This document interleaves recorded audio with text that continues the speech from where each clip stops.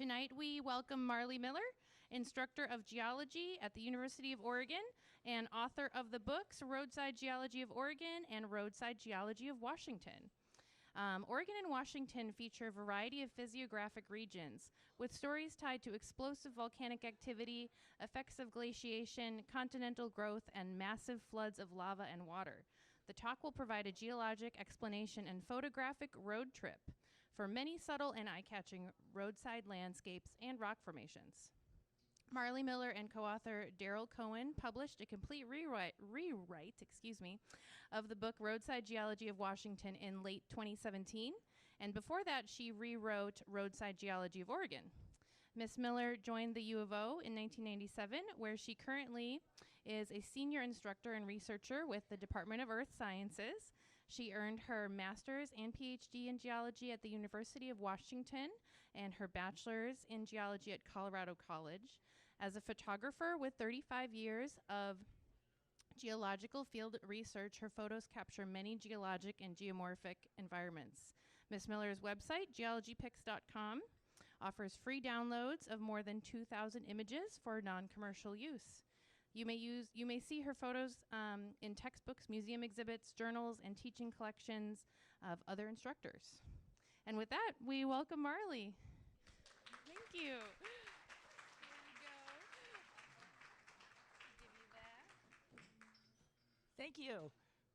It's so great to be here. I sent a text to my daughter about a half an hour, and I said, I'm giving a talk at the Axe and Fiddle. And she wrote me back and said, that sounds like a cool place.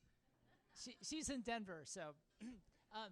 Anyway, I'm really thrilled to be here and talking about geology of Oregon and Washington. This talk pretty much came out of writing these two Roadside Geology books. It was, looking back on it especially, it was such a privilege to be able to do this and to be able to drive all over these two beautiful states and really get to know them in a way I never had before, and at the same time feel like I was doing something legitimate as opposed to just driving around. And I had so much help from so many people. It really was, it was great. I had some friends who traveled more than 1,000 miles with me on roads. I actually had one friend, my friend Birgitta, who traveled more than 5,000 miles with me in Oregon, and we're still friends. We had very different styles. As you can probably tell, I tend to be a little amped up. She's like really calm all the time and would always want to like stop and look at flowers and things like that, which, I mean, you know, we were out looking at rocks. And so we had some differences there. Well, I got one story I got to tell you before we get to the slides. So she was very methodical in her ways. And we were driving through Burns. And of course, Marli had this agenda. And she was driving, and we had to stop at a gas station to get gas. And that was okay because you need gas. But she pulled in. She was driving a little too slowly, but that was okay. We needed gas. So the guy came out, and he starts pumping the gas. And she's sitting there, and she says, I think I'll wash the windshield. I said, cool, go wash the windshield, you know. It's still pumping gas. Like, we can't leave. You might as well pump the windshield, or wash the windshield. So she starts washing the windshield. And, you know, the gas is still pumping. So it's okay. But then the gas clicked off. And she was still washing the windshield. And finally, I just couldn't take it anymore. And I said, that's beautiful. And she looked at me and she goes, I think I'll wash the back windshield. Anyway, like I said, we're still friends. I'm actually on my way to Death Valley right now. My car's all packed and I'm heading down there and I'm going to see her. That's where she is right now. And I did, you know, like I said, so many people helped so much. And if you do get a chance to look at one of the books, I hope you get a look at the acknowledgments, because there's a lot of great people in there. Okay, well, let's get on to the slides. I'm sure you're all very familiar with how many beautiful places we have in Oregon and Washington. This is the Bandon Beach. You can see these sea stacks. They form because they basically have eroded from the nearby cliffs. And there's beautiful beaches in Washington State as well. These are the Cascades, an aerial view over Mackenzie Pass looking south towards the Three Sisters on the right. And there's Bachelor Butte and Broken Top. And so we've got this chain of volcanoes in Oregon. They go up into Washington State. There's Mount Rainier. There's, of course, Mount St. Helens, Mount Baker, and Glacier Peak. So there's a number of Cascade volcanoes in Washington as well. If you go to northern Washington, you get into the North Cascades Range, which are not volcanic. They're metamorphic rock that has formed deep in the crust and has been uplifted, and as you can see, it's now being eroded by these glaciers. There's home to the greatest concentration of glaciers in the conterminous U.S. If you go east of the sort of north-south Cascades axis, if you will, you get into much drier landscape. Here's looking into the Yakima Valley in Washington State. And down in Oregon, you can get into the Basin and Range province, and you get these big temporary lakes. This is Lake Abert, and you can see as it's evaporating, it's leaving behind a crust of salt. So if you look at this map of the physiography of Oregon and Washington, you can see just how variable it is. And in fact, the U.S. Geological Survey has taken this and divided it up into a number of different provinces. So, for example, here's the Cascades. They go up into Washington. There's a few Cascade volcanoes that poke through the North Cascades area, the Coast Range, and so on and so forth. There's all these different provinces. And that's the physiography. But the physiography really, in large part, depends on the geology. So here's a cross-section of the geology across Oregon. And it's pretty complicated, but there's the one thing I really want you to see is this red dashed line here, because it separates these lower rocks, which we call the basement, from the upper rocks, which we call the cover. And that's really going to be the format of the talk. I'm first going to talk about the basement and sort of how that came to be, and skip around Oregon and Washington looking at where we can see basement and what that tells us. And then I'll talk about the cover, and to do that, we'll focus in on the Columbia Gorge and some of the things you can see in the Columbia Gorge. So before we get into really talking about the basement, though, and I'll start with this one here, Silesia, which is underneath the Coast Range. But before we get to that, I want to just give a brief overview of plate tectonics, because plate tectonics is really what has controlled so much of Oregon and Washington's geology. And the theory basically holds that the Earth's outer shell, called the lithosphere, is broken into these gigantic fragments called plates. And so each one of those plates is shown by the different color. And as these plates move around, they cause earthquakes, they cause mountain belts to form, they cause volcanoes to form. And in the Pacific Northwest, where we are, you can see we've got three plates. We've got the Pacific plate in kind of yellow, we've got the Juan de Fuca plate, this small blue thing, and then in brown there's the North American plate. Now the next slide is a close-up of that area.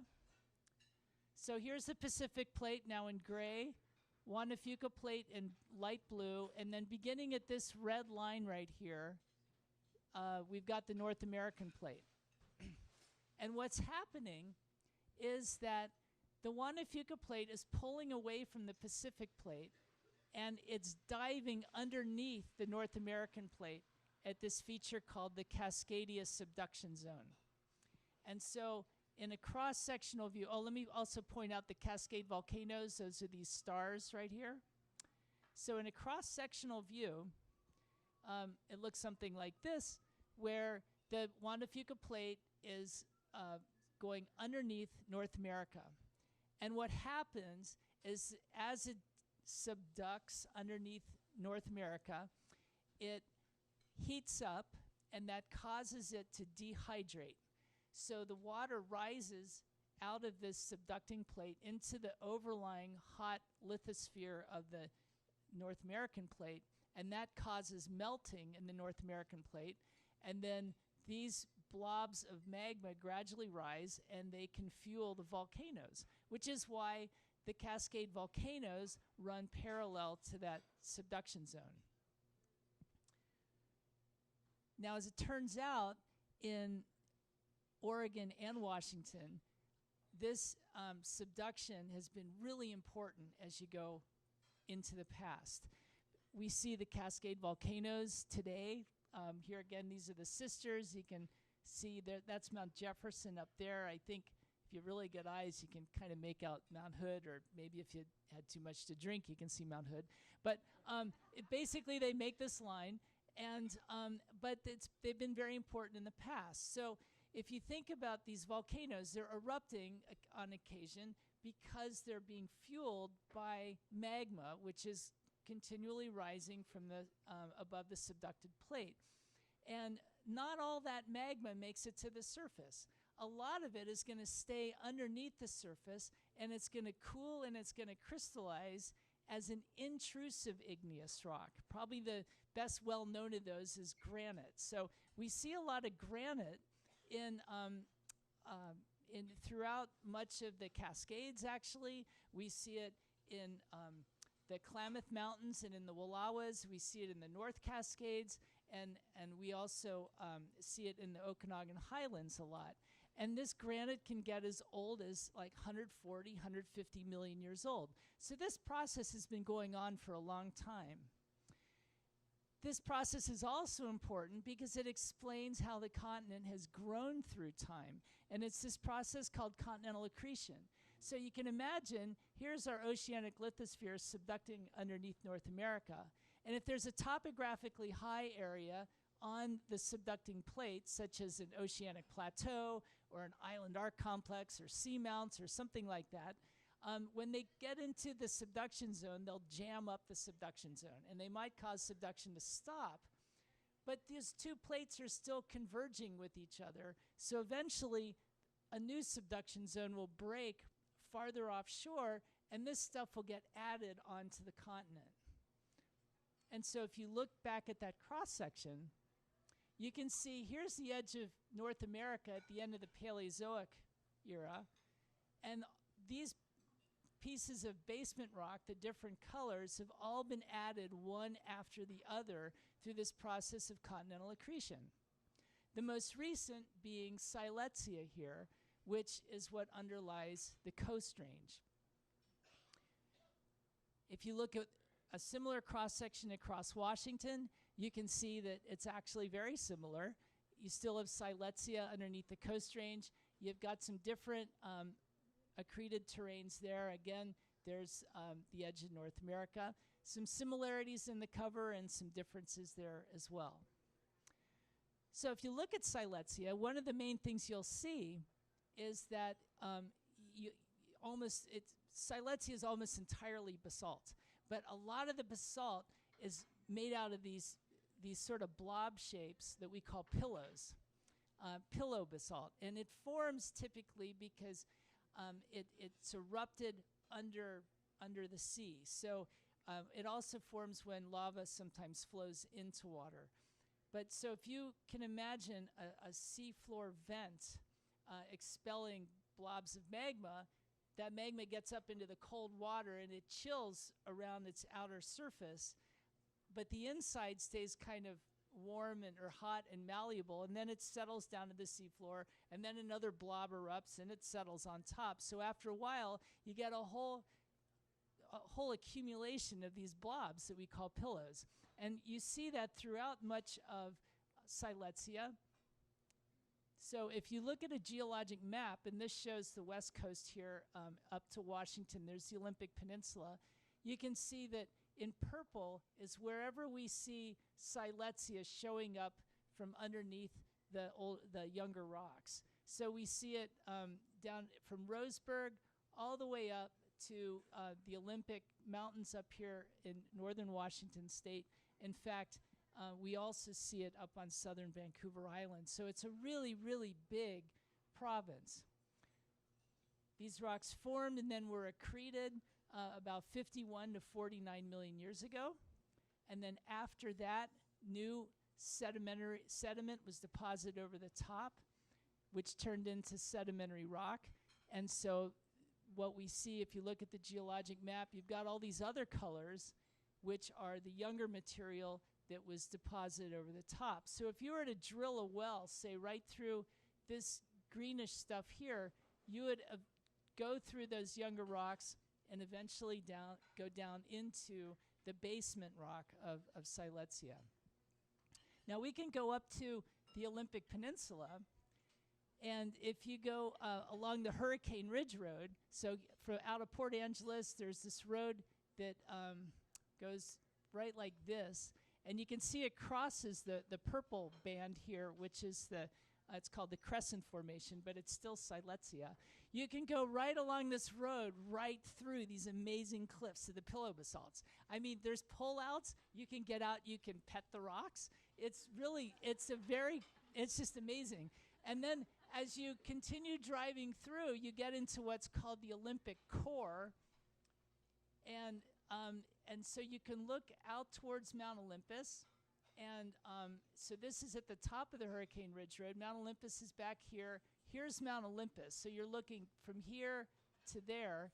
And you're looking into the core, which is a different rock unit called the Olympic Subduction Complex. And this is material that is actually being scraped off the plate today and being added on to the edge of the continent. I mean, this stuff was up here, and Mount Olympus itself was actually scraped off some 20, 30 million years ago, but the process has been going on, and it's still going on offshore. So you can look at the rocks up at the Hurricane Ridge Road, and you can see they're metamorphosed, and then you can go down to the coast here, and you can see more rocks, the Olympic Subduction Complex, and you can see they're entirely different. And that's one of the things about it is because this stuff is getting scraped off the plate, it's really variable and it's really kind of very confusing. It's highly deformed. So here at Second Beach is you can hike to this place, and it's you can see beautiful coastal landforms like that sea arch. And if you look at the rocks, you can see that they're all broken up little pieces of rock that together make the rock. And this material is almost all sandstone, except for this white chunk here, which is a piece of limestone. And so these things have been interpreted as submarine debris flows, where everything's getting all mixed up as it's flowing down a slope underneath the ocean. You can go to other beaches and you can see different things. Altogether different rocks. This is at Beach 4, where you can see that you've got sandstone and shale, and they're tilted up on ends, so you know that sedimentary rocks start off horizontally, and these have been tilted up. And in fact, if you look closely at these rocks, you can see evidence that they weren't just tilted to where they are now. They were tilted to vertical and kept going, and they're overturned. So in fact, you're going in this direction, you're actually going into younger rocks. And if you go just around the corner, you can see this. Now, we have this saying that a lot of times you hear people say that, the rocks suffer deformation. Well, actually, rocks enjoy deformation. And you can tell that, like there's a nice little smiley face here. So anyway, the point being, though, is this subduction complex, it's highly deformed and really, really variable. Now, here's a geologic a map of the West Coast, and all the colors here are accreted terrains. And you can see here's Oregon and Washington. The Olympic subduction complex is in yellow, and here's Silesia in purple. The edge of Paleozoic North America is where you go from gray into the colors. And you can see that Oregon is, the basement rock is all accreted. And in Washington, there's just a little bit here of Paleozoic North America. But that raises a question. How do you know when you're on an accreted terrain or not? And well, a lot of times you don't. A lot of times you can't tell because you're up in the cover, and what you really need to see is the basement. But in a lot of places where you can see the basement, you can see some features that will tell you just that you're actually on Paleozoic North America. And a really good example of that actually is in the Grand Canyon. And here you can see the basement rock, which is over 1 billion years old. And above that, you see sandstone, shale, and limestone, which are these sedimentary rocks that were deposited as the ocean moved up onto the continent over 500 million years ago during the Cambrian period. You do see this throughout much of the American West. You can see it in the Teton Range. You can see it right behind the mountains just north of Salt Lake City. You can see it in Montana. Actually, I taught for 3 years in Wisconsin. We could actually see it in Wisconsin. But you don't see it on the accreted terrains. And that's because they weren't there. They were accreted after these rocks were deposited. But if you go up to Washington State in the northeastern corner here, you can see the evidence for these rocks. And instead of just showing you a cliff face, I thought I'd show you one of my favorite waterfalls. This is Sweet Creek Falls in northern Washington. And what you're looking at here, and it's always seemed to be so hot when I was up there. It was such a great respite. But these cobbles are quartzite, and quartzite is metamorphosed sandstone. So these came from Cambrian sandstones that were metamorphosed that are up the river, and above those cliffs of the Cambrian quartzite, you can find metamorphosed shale and metamorphosed limestone, and then here's some more metamorphosed shale that just sits just above those. It's a slightly younger rock called the Ledbetter Slate. But whatever, these rocks are definitely part of what was Paleozoic North America.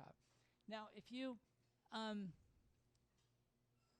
get back on the road and you get on the Highway 20, you can follow that and leave North America and go into this area Q for Quinella and keep driving, and these are accreted terrains, and then cross the North Cascades, which are a whole series of accreted terrains.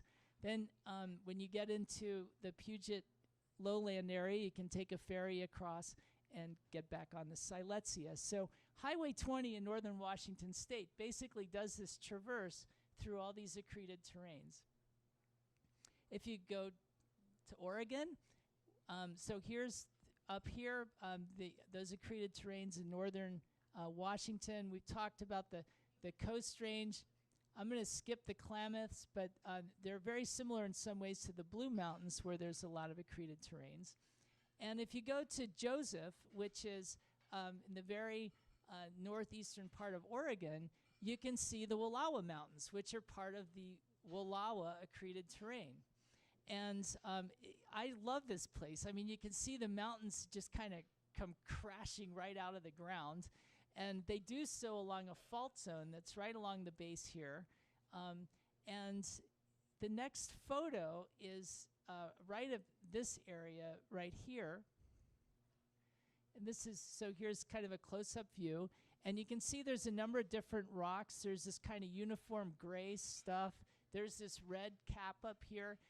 But what I want you to see right now is this very layered rock here. And this rock is called the Martin Bridge limestone, and it's one of the key parts of the Wallowa accreted terrain. And it's a limestone, and the Wallowa terrain is interpreted to be an island arc complex. So if you think about the Cascades, they're a continental arc where the oceanic lithosphere subducts underneath continental lithosphere. An island arc forms out in the ocean where oceanic lithosphere will subduct underneath oceanic lithosphere. Something like Japan or parts of the Aleutian arc or lots of the islands in Indonesia are part of an island arc complex. And so in an island arc complex, you'd expect to see a lot of basalt flows and andesite flows, and we see metamorphosed andesite and basalt in the Wallowa terrain. You might see a coral reef surrounding the island arc, and that would be the Martin Bridge limestone. And also farther offshore, you get these sedimentary rocks called turbidites, which are much more deep marine kind of rocks. But what's really amazing about these limestones, as well as other limestones in the Blue Mountains, is that they contain fossils for which we have no counterparts in this part of the world. They all seem to have come from the ancient Tethys Ocean, which is in the far western Pacific. I mean, go figure. How does that happen? But these fossils there's just nothing like them here except on those terrains. And so, but we see plenty of them around. The Tethys Ocean was the ocean basically that separated Laurasia from Gondwana when it was breaking up some 200 to 100 million years ago. As the plates have rearranged themselves, the only thing that's left of it really is the Mediterranean. And so here now is the west coast of North America, and we've got these fossils. And the best explanation we have is that they've basically came through plate motions and over long periods of time, and then accretion onto the edge of the continent. So if you just go back to this diagram, you can imagine this maybe being an island arc complex, but it's like way over here, and then through time it gradually made it to North America and was accreted, and then successive terrains came and accreted after that. If we go back to this picture, then we've got the Martin Bridge limestone. We can see this rock is granite of the Wallowa batholith, and up here we've got lava flows of the Columbia River basalt group. So it would correspond to this little square on this cross-section, where here's the accreted terrain in blue, this is the intrusive body, and then we've got Columbia River basalt right here in brown. So we've got these three rocks. We can tell that the Martin Bridge limestone has to be the oldest because this stuff came in and invaded it, and then the Columbia River basalt group has to be the youngest because it's sitting right on top. So we've got limestone, followed by granite, followed by basalt, and then we can start kind of interpreting it. So the limestone was accreted as part of the Wallowa terrain. It was then intruded by the granite, which was different phases of the granite were between about 140 and 120 million years ago. And then there had to have been a period of uplift and erosion because granite forms deep within the crust, and we've got Columbia River basalt sitting on top of it. So there had to have been a period of uplift and erosion to get that granite up to the surface. And then the Columbia River basalt erupted, but then there had to have been more uplift and erosion because here we've got the Columbia River basalt sitting 4,000 feet above the valley floor because of that fault zone. And so it's also just this isolated cap. So there's been significant erosion that has removed much of the basalt from that particular area. And then the Columbia River basalt, it provides a nice segue into the cover because it's definitely part of the cover sequence. So we can all take a quick breather. And I'll start talking about the cover. And to do that, I want to talk about the Columbia River Gorge because, well, it's a beautiful place, but it's shared by both Oregon and Washington. So you can make a really cool field trip by driving up I-84 and going down Washington 14 or vice versa, and you can see everything from both sides of the river. Well, it's all cover rock, and you can see from just looking at these maps that it's has its own complexity. These are maps actually, the southern one is from my Oregon book, and the northern one is from the Washington book, and they're just two separate maps. This isn't the river. This is empty space here. The river is this blue thing, which is just repeated because the maps are, there's two maps. But there's also little points along the way that kind of point out cool things, and you can see there's a lot of those, so there's a lot to see as you drive up or down the Columbia Gorge. And what I did was for this talk, I kind of simplified the map, and you've got all these different rock types. There's landslides and river and flood sediments in yellow. There's Cascade Range basalt and andesite flows in pinks, and that includes Mount Hood right here. There's what are called the boring volcanics in this sort of magenta color. There's granitic rock. There's Columbia River basalt in these browns, and there's older volcanic and sedimentary rocks. And there's also this Troutdale Formation. Well, that's still kind of like, well, okay, rocks. I mean, I like rocks, but I'm trying to make this interesting, right? If you just talk about rocks. So I've got a few main points here that I want to make, that these rocks tell us that there's been a pretty long period of volcanic activity that we can see in the Columbia Gorge. It actually goes back about 35 million years. And the Columbia River itself is more than 15 million years old. We also see that the general shape of the gorge is really controlled by the bedrock, and it also contains some nice examples of some of what happened with the Ice Age floods. It's a nice way to kind of at least give some description of that, and I'm really jealous of the person who gets the book about the channeled scablands, by the way. So we can start on our field trip by just driving up either I-84 at the top or Washington 14 on the bottom. You can see there's quite a difference in one's road experience. And probably the first thing you notice is Mount Hood, which is the snow-capped mountain on the right. But that's not what I want to talk about. I want to talk about this mountain here. This is Larch Mountain, which is a big shield volcano. It's part of the boring volcanics. And now the boring volcanics, they're not boring. They're named after the town of Boring, which is in the Portland area. Here's, let's see, where's Boring? There's Boring. And they've got a really cute bakery. But all the colors on this map are different ages of the boring volcanics. And so you can see that they're pretty much all over the Portland area. They cause a lot of the buttes and hills that you see in Portland are part of the boring volcanics. And they erupted from about 2.5 million years ago to just 57,000 years ago at Beacon Rock. And they're especially interesting partly because they're so young. There's a lot of them there, and over 2.5 million years, that's quite a lot of eruptive activity, which actually makes them a hazard. And so people are pretty focused on the boring volcanics and trying to understand them. And they're also kind of weird because they're west of the Cascades. You would expect most volcanic activity to be in the Cascades if it's related to the subduction.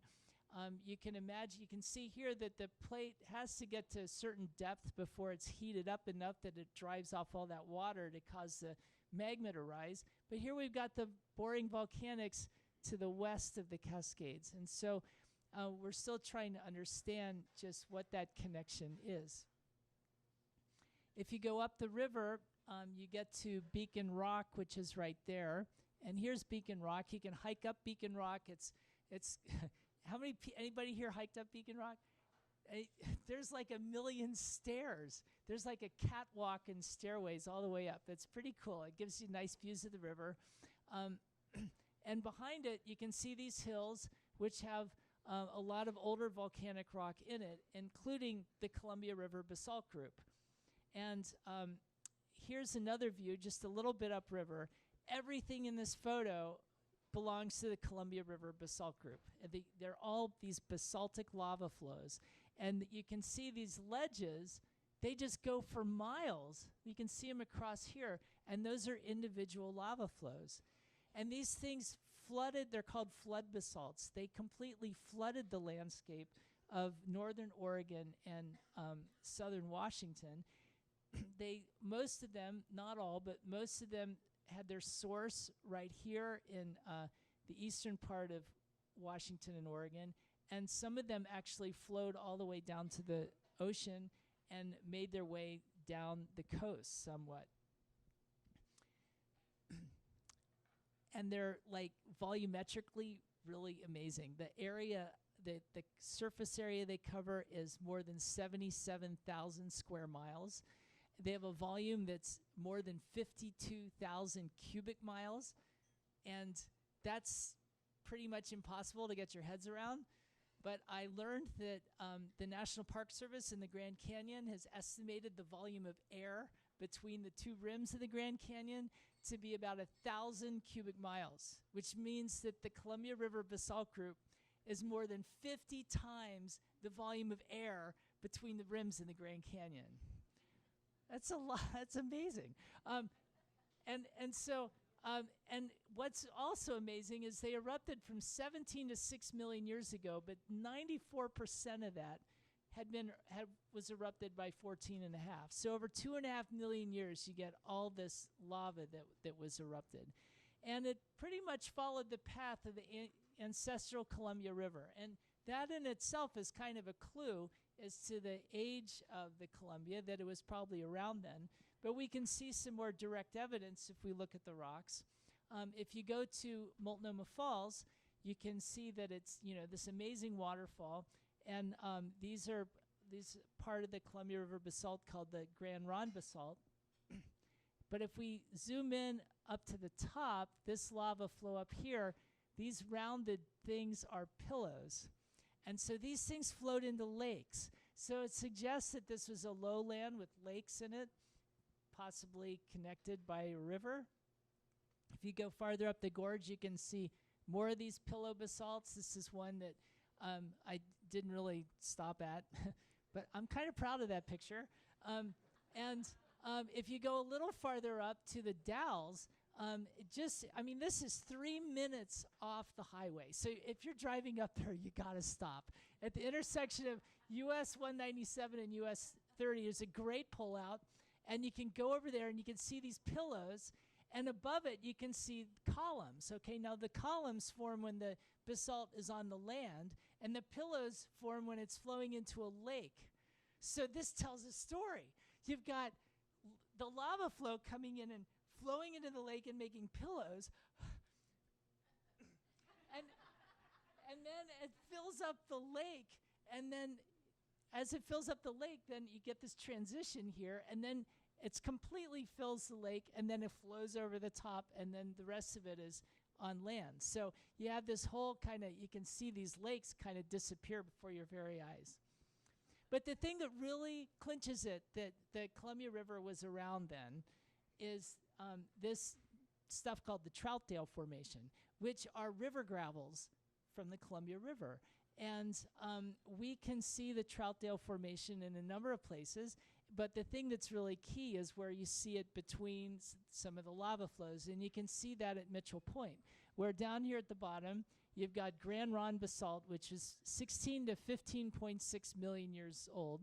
Up here, you've got Wanapum basalt, which is part of the Columbia River basalt, and that's 15.6 to 15 million years old. So the outcrops of the Troutdale in here must be older than 15 million years old. So the river was there.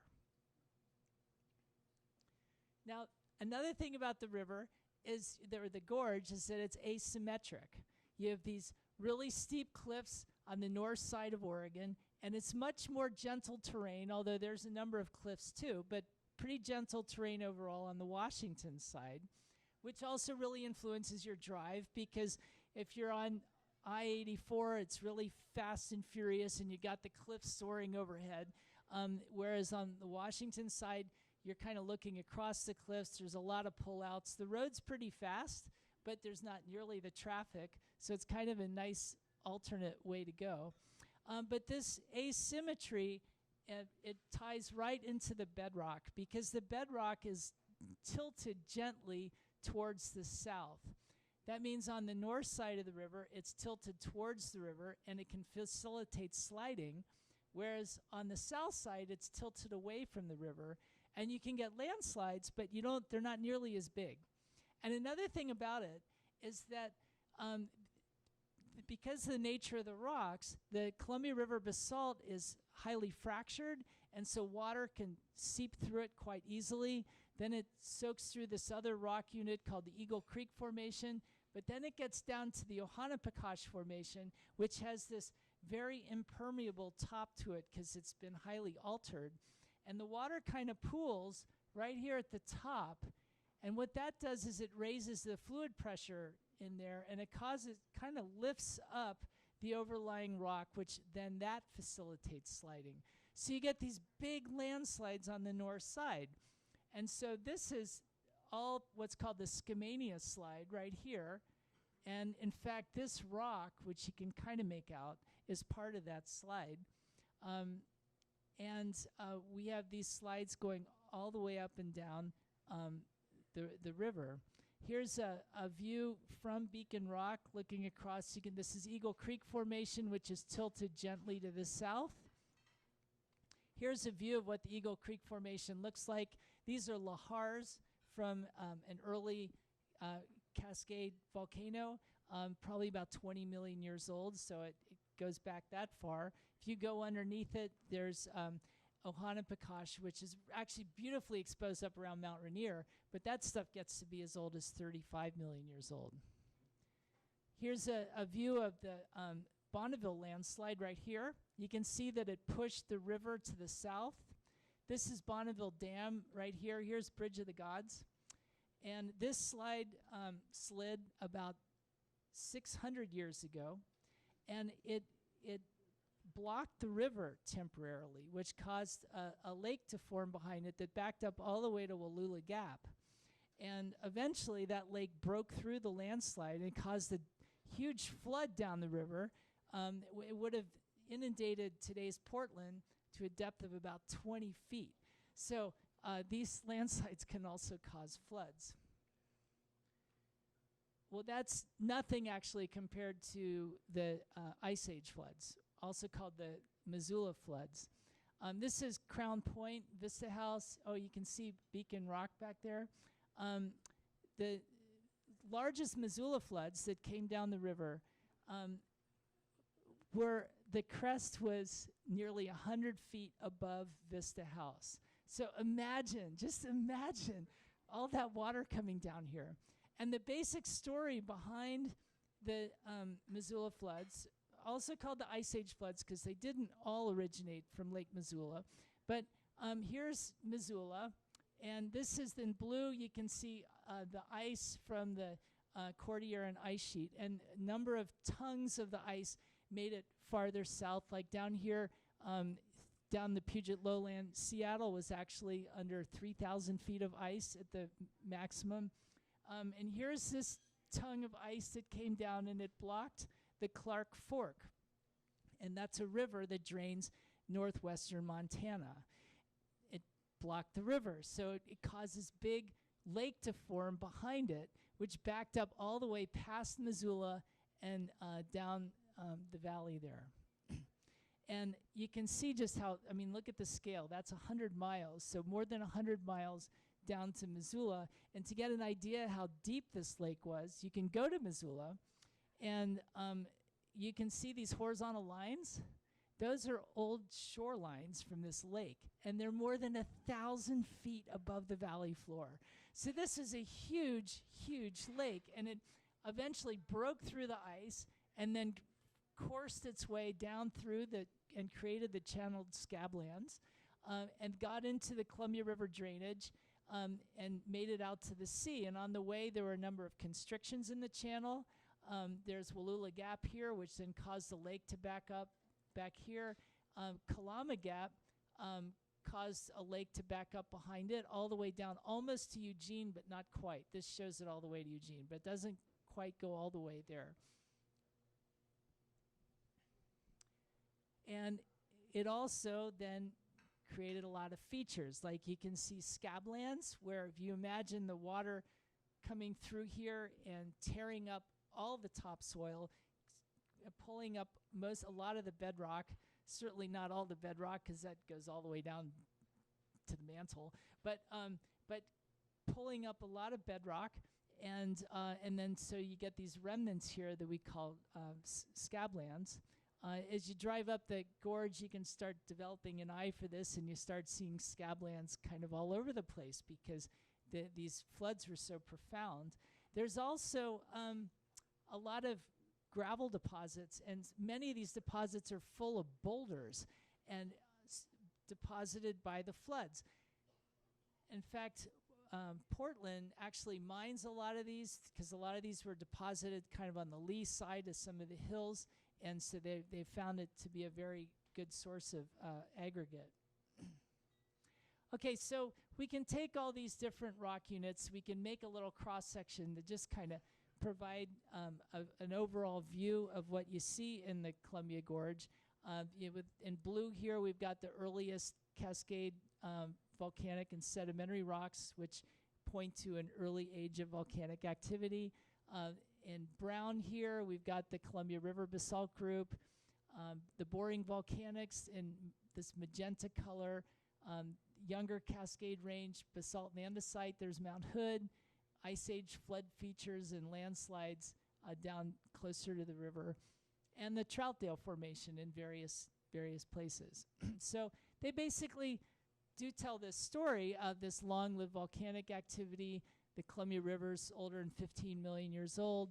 Bedrock controls the shape of the gorge, and we can see evidence for the Ice Age floods. But you can get some more perspective on this cross-section if you compare it to the other one, which depicted the more regional view.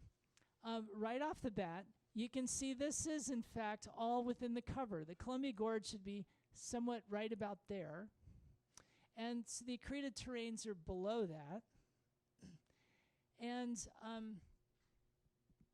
it also tells you that while this is an interesting story here in the Columbia Gorge, it's really only part of the cover story. And to really get a grasp on that, you need to go out and drive to a lot of other places and see more of it. There's all these other things. But I really like this lower cross-section, actually, because, well, for one thing, it allows me to pretty much assess right away the geologic history. It starts with the addition of the accreted terrains, or the accretion of the accreted terrains onto the edge of North America, one after the other, finishing with Silesia, and then deposition or eruption of younger rocks in the cover, kind of one after the other after that. But it also serves as a real kind of springboard to my imagination, because, I mean, imagine the Columbia River basalt group flooding the landscape some 15 million years ago. Thousands and thousands of cubic miles of this lava. Or try to wrap your heads around the accretion, the fossils in some of the limestones of the Blue Mountains terrains, originating from the Western Pacific. And the details, you know, I guess what I find so exciting is that the more you learn about one of those rock units, the more complicated and three-dimensional and the whole rock becomes. It gives you so much more information. So as a quick example, you know, here are the Cascades. And we know just how complex and amazing the Cascades are. We can take one piece of it, Crater Lake. It formed about 7,700 years ago when Mount Mazama, a stratovolcano, erupted so catastrophically it collapsed down on itself and created this big hole. There was later eruptions. We can see that here at Wizard Island. It eventually filled in with water. It's this incredibly deep, beautiful lake. It's Oregon's national park. You can go there and hike around and really get to know it at your own intimate way and see all the interesting places. And if you study the geology there, you'll learn that Mount Mazama has its own history that goes back over 400,000 years.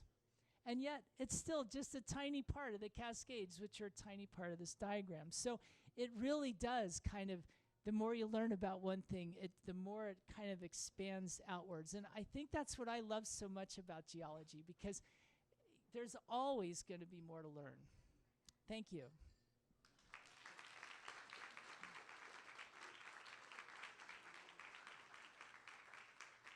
Question? I graduated from Los Angeles High School in '55, Dustin Hoffman and Johnny Cochran. I went to Occidental and took my first geology class as a freshman, and we were told that the mountains of the planet were a result of the core had cooled, and therefore the crust was wrinkled. Wow. Explanation. Brent Dalrymple was in that class. I don't know if you know his name. He went on to be paleomagnetist. Oh, Brent Dalrymple, you said? Oh, okay. I know his name for geologic, geochronology, dating stuff and things like that. Yeah. So you're saying that in 1955 you learned that volcanoes or mountains basically were the result of the core cooling down and causing everything to contract. Wow. That's right. Yeah. Yeah. So, yeah, with plate tectonics, soon after that, we really kind of revolutionized the way we look at a lot of things. Yeah.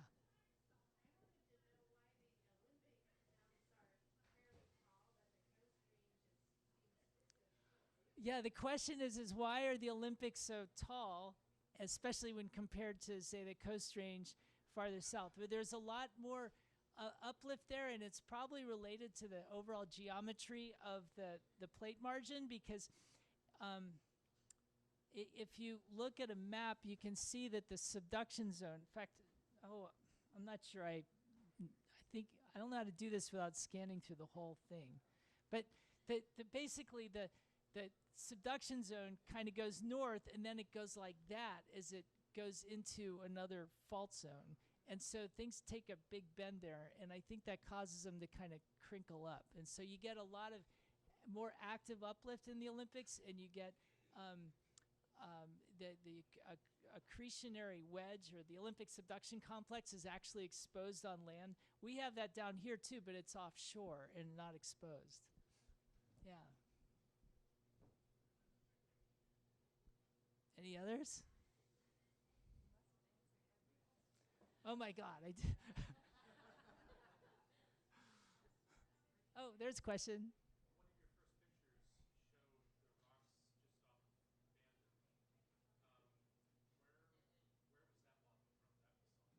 Oh, where was that photo?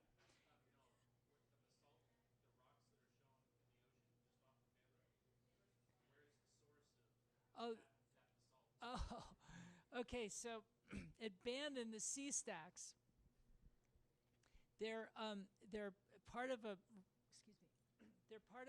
rock unit called the Otter Point Formation, which is sort of an accreted terrain within what's called the Franciscan assemblage. So all that stuff was accreted, but basically added to it's a big subduction complex, sort of like the Olympic subduction complex. Except it's like 200 million years old. It's much, much older. That rock those sea stacks are actually, I'm pretty sure there is some basalt in the Otter Point, but those sea stacks are actually mostly sandstone. But if you walk around Bandon Beach, you'll see there's a lot more than sandstone. There's like really red chert, which is a deep marine sedimentary rock. There's greenstone, which is a metamorphosed basalt, and there's these shales, and it's all kind of mixed together. And so it was kind of thrown together as in a subduction. Bandon's an amazing beach. I mean, there's so many different rocks. There's blue schist too, which is a metamorphic rock that really only forms in subduction zones. Oh.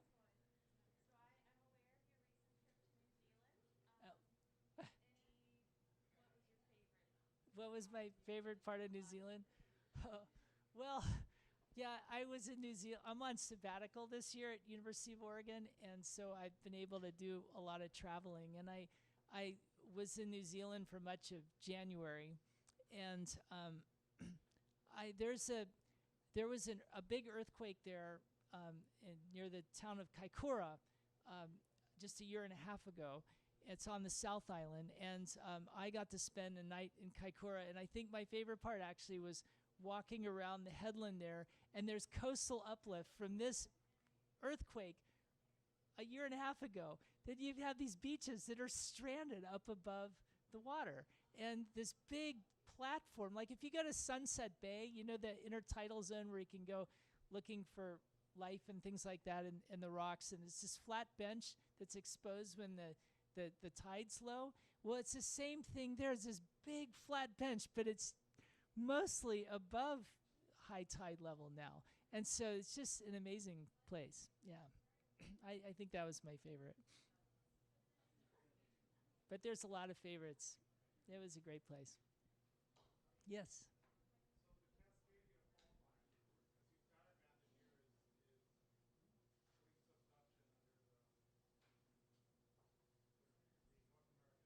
Mm-hmm.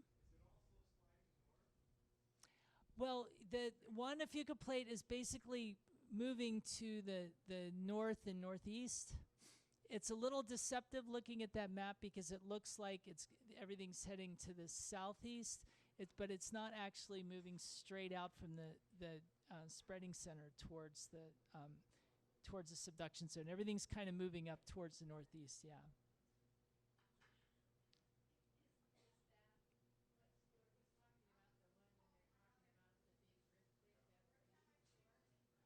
Did it say that again? Sorry. Oh, yes. So the question is would the big earthquake that people talk about,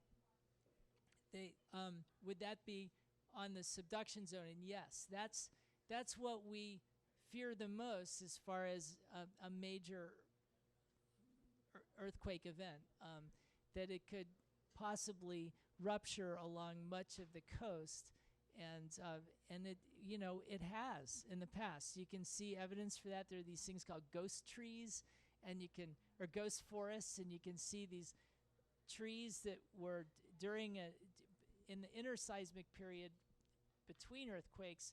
Everything's kind of, is under stress, and it's gradually bowing up, which causes the land right near the coastline to rise a little bit, and you can establish forests just above high tide.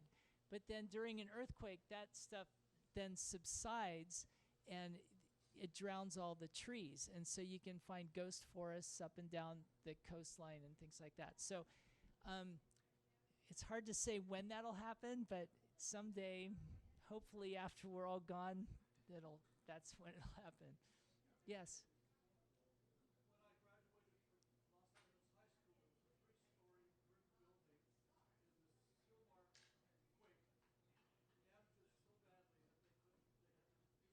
They had to tear it down because the earthquake, yeah.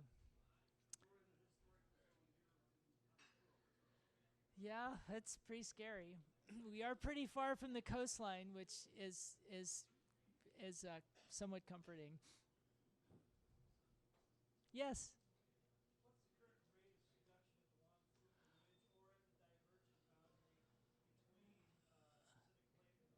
Oh, I should have looked that up before I came here. I don't know. It's Claudia, might you know? It's a few centimeters. Yeah, a few centimeters a year. I can't give you an exact number, but it's on the order of centimeters a year.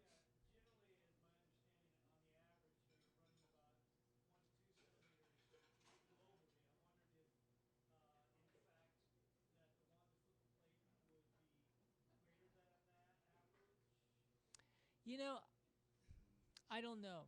I know that one of the reasons we might be prone to larger, less frequent earthquakes is that the spreading center where the new oceanic lithosphere is created is pretty close to the subduction zone, so that the lithosphere that's subducting is pretty warm and more buoyant than a lot of older plates that might get subducted elsewhere.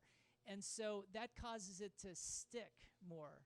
And so that it causes the strain energy basically to build up. But I don't know the rate. And that's a really good question, but I'm sorry. It's not, yeah.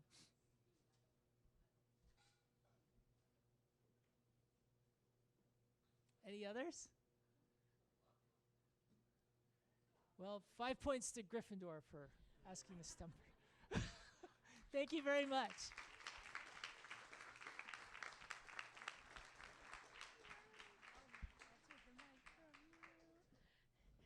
All right. Thank you so much. What an awesome presentation.